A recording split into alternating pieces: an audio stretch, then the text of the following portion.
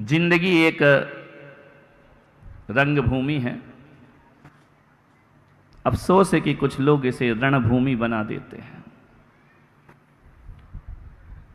जिंदगी एक स्वर्ग है, अफसोस है कि लोग इसे नरक में बदल दिया करते हैं। जिंदगी एक आनंद है कि अफसोस है कि लोग इसे विषाद और पीड़ा में लगा देते हैं। जिंदगी एक परमानंद है, मगर लोग उस जिंदगी को बड़ा बीभत्स रूप दे दिया करते हैं। मैं कहता हूं कि मरने के बाद स्वर्ग मिलता है या नहीं मिलता है मुझे नहीं मालूम, लेकिन जीते जी जिंदगी कैसे स्वर्ग बनती है इस सूत्र में तुम्हें जरूर प्रदान करता हूं। और एक बात याद रखना, जिसने इस जीवन को स्वर्ग बना लिया उसे मरने के बाद भी स्वर्ग मिलेगा। वो जो नरक सी जिंदगी जिएगा वो भगवान के मंदिर में भी प्राण छोड़े तो भी उसे नरक के ही द्वार खुले मिलेंगे। ध्यान रखिए, स्वर्ग नरक कोई आकाश के ऊपर नहीं हुआ करते हैं। स्वर्ग नरक हमारी जिंदगी, हमारा सोच हुआ करता है। हम चाहें तो इस जीवन को स्वर्ग सा बना लें और हम चाहें तो इस जीवन को नरक में परिवर्तित कर सकते हैं। ये आपके ऊपर निर्भर है कि जीवन को स्वर्ग बनाना है या जीवन को नरक बनाना है। तुम्हारे ऊपर निर्भर है, कोई कुछ नहीं कर सकता है। न मेरा आशीर्वाद कुछ करेगा, न मेरी दुआएं कुछ करेंगी। ध्यान रखना अहमदाबाद वालों, ये आखिरी ज्ञान गंगा का आखिरी अध्याय चल रहा है, आज पटाक्षेप होने वाला है। लेकिन एक बात याद रखूंगा, एक बात आपसे निवेदन करूंगा कि मुझे याद रखना या ना रखना, क्योंकि अब जान ले जाने वाले मुझे आ गए हैं। मुझे याद रखना या ना रखना, और याद भी रखोगे तो कोई फायदा नहीं होगा, क्योंकि मैं तुम्हारे किसी काम का नहीं हूं। ध्यान रखना, मैं एक ही निवेदन आपसे करता हूं कि मुझे भूल जाना, मुझे याद मत रखना। लेकिन एक बात जरूर आपसे कहूंगा कि मुझे याद रखना या ना रखना, मेरी बातों को जरूर याद रखना अपनी जिंदगी में। ध्यान रखिए, मैं तुम्हारे काम आ पाऊं या ना पा पाऊं, मेरी बातें तुम्हारे बहुत काम आएंगी, पग पग पर काम आएंगी, कदम कदम पर काम आएंगी।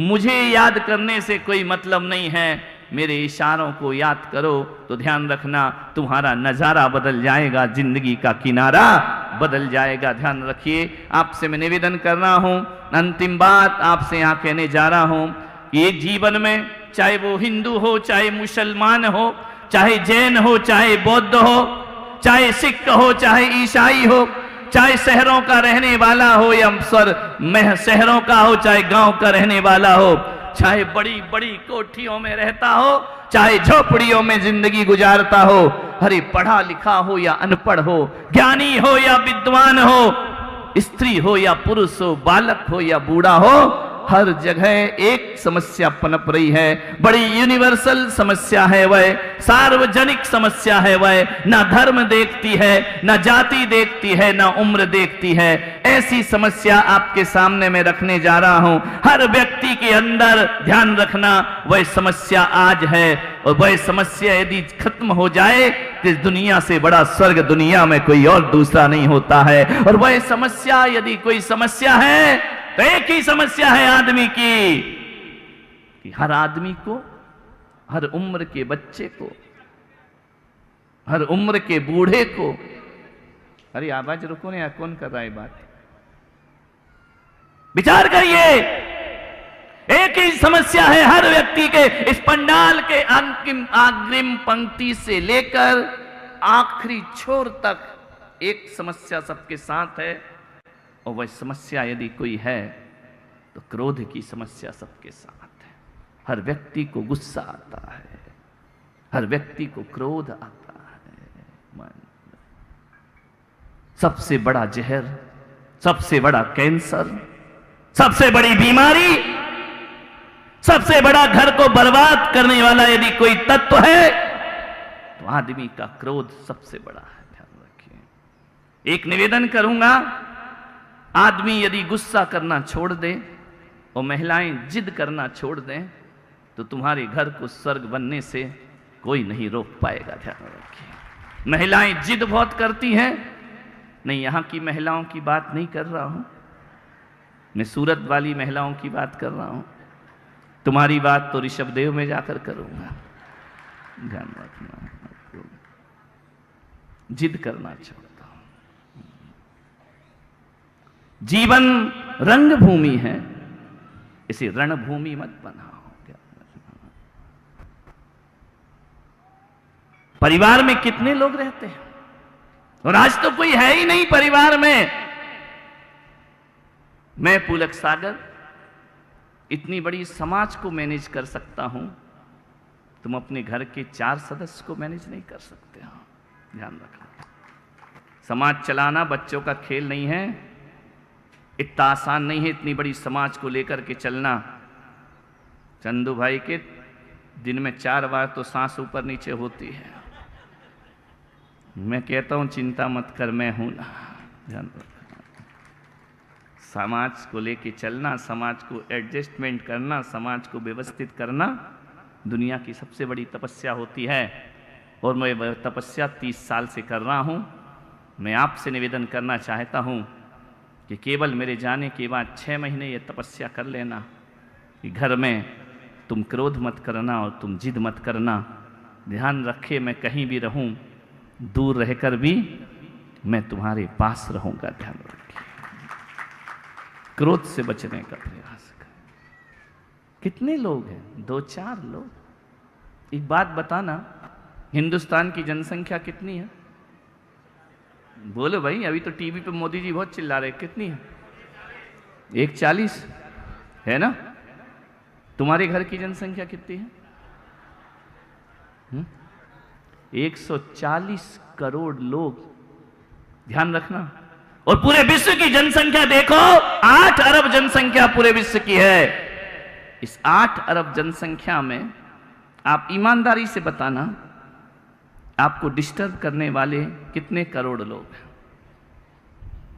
बोलो, कितने करोड़ हैं जो तुमको डिस्टर्ब करते हैं? 1 करोड़, 1 लाख, 50,000, 5,000? चलो 8 अरब छोड़ो, अहमदाबाद की बात करते हैं। यहां की जनसंख्या में तुम्हें गुस्सा दिलाने वाले कितने लोग हैं? बोलो, करोड़ों में है, लाखों में है, हजारों में है? बोलो। 4 लोग जिनके साथ तुम उठते बैठते हो। ध्यान रखना, तुम्हें डिस्टर्ब वही करते हैं, तुम्हें दर्द वही देते हैं, तुम्हें पीड़ा वही देते हैं, तुम्हें नरक में बनने को मजबूर वही करते हैं। हे मेरे भाई, पूरा अहमदाबाद तुम्हें दुख और सुख नहीं देता है। 2-4 लोग हैं जो तुम्हें सुखी और दुखी किया करते हैं। मैं आपसे निवेदन करता हूं, जब मैं घर में था, आचार्य विद्यासागर जी महाराज के पहली बार मैंने दर्शन किए। उनके दर्शन करने के बाद मुझे ऐसा लगा कि ऐसी जिंदगी अपने को नहीं जीना जैसी जिंदगी सब लोग जिया करते हैं।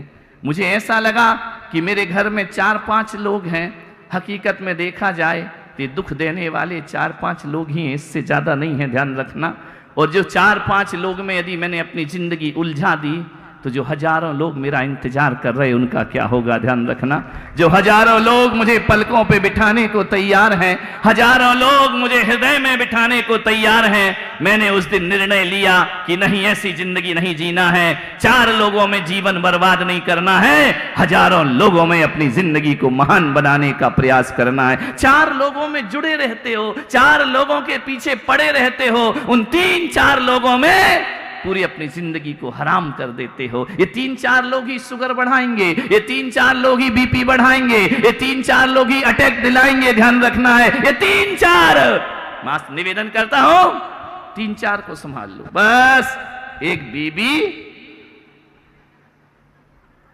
एक ही है ना? नहीं, चुप हो गए तुम लोग जैसे मैंने कुछ गलत बोल दिया। एक बीबी, 2 बच्चे, जोर लगाओ तो 3 बच्चे, उसके बाद तो कोई नहीं अपना। ये 3-4 लोगों ने ऐसी जिंदगी बर्बाद कर दी अपनी। ध्यान रखना, 4 की मत सोचो, 1000 की सोचो। 4 लोगों में एडजस्टमेंट करो। 4 लोग पूरी जीवन को बर्बाद करते हैं, 4 लोग हमारी जिंदगी को खोखला कर देते हैं, 4 लोग हमारे जीवन में अंधकार भर देते हैं, 4 लोग हमारी ये 100 साल की जिंदगी को तिल तिल करके मरने जैसा कर देते हैं। केवल 4-5 लोग। 4-5 लोगों में जो 100-50 साल मिले ना, उन्हें बर्बाद मत करो मेरे भाई, ध्यान रखना। आनंद में जियो।